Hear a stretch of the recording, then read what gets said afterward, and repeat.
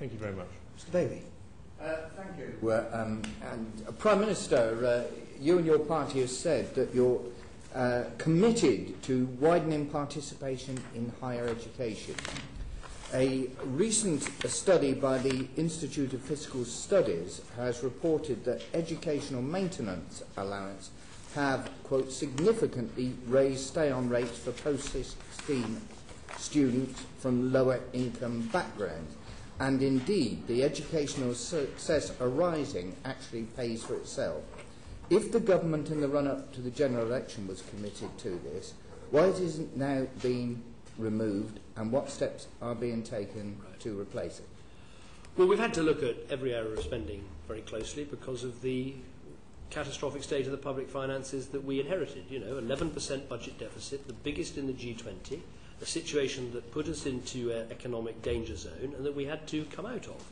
We looked at the Educational Maintenance Allowance specifically, and while there's a piece of research you quote, there's another piece of quite well thought through research that shows that 90% of the money is effectively dead weight cost, paying to people who would anyway be staying on. And it seems to me there are 2 points to make. One is we are going to be legislating to raise the effective participation age in education to 18, and if we're doing that, then does it really make sense to be paying people to stay on at the same time as doing that? Secondly, as part of a process of trying to drive trust and decision making down to the lowest levels in this country, we're actually going to be enhancing the amount of money and resources that college and school heads have to try and target that sort of money on people who need it most. Now, I think that's frankly a better approach than the one that we inherited, but I accept there will be a spending reduction in this area. And when do you anticipate your proposals coming on stream? Well, we're looking at this at the moment. I think there'll be an announcement forthcoming in the period ahead. I don't have the exact date for when this will be introduced.